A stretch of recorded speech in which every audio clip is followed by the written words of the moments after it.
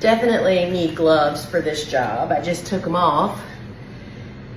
But I'm gonna strip this Helenium, which I just grabbed this on my way in. Normally I don't do any stripping indoors. It's all done out in the garden because it just adds work. So this is Helenium. That's beautiful, but it will never stay hydrated. And these side shoots are not really long enough to be useful. So that's what we're getting. What great filler, right? Now this one might have a couple that might be useful, but most of them are not.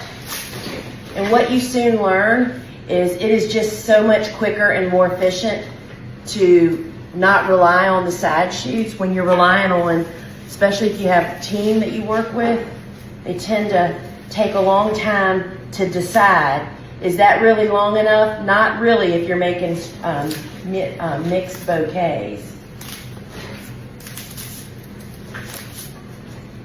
So this is what we end up with. And I think that a lot of the troubles that we get, this one was laying down. Can you see that? It's crooked and I'm not sure it's gonna work, but I'm gonna include it. These flowers are for our show and then a donation. And so I'll just have to make the bunch with the pretty side showing out. But you can't really, you can do that with bouquets. Sister, isn't it horrible using crooked flowers when you're making mass bouquets? Oh, yeah. It is just the bane of your existence. You learn why it is just so important to have nice, this is like a perfect one.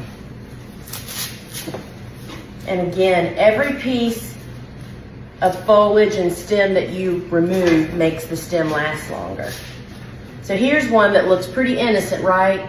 That'll never work in a bouquet very well, but we're keeping it for what we're doing. Now this one, see, this has definitely got some long, strong stems. Those are the very bottom ones. The rest of these, probably not so much. If I was desperate for flowers, I might be looking at those stems a little differently. But I'm not desperate, so I'm not gonna do it. All right, so let's see what these really came out to be. See, this side shoot is really uneven. It's just not worth the handling for the little bit of power it's gonna give you in a bouquet.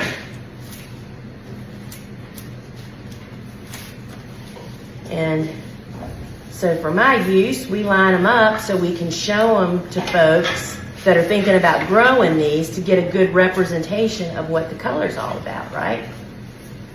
And so, see that hole right there? That's because they're bent, y'all. This is Helenium.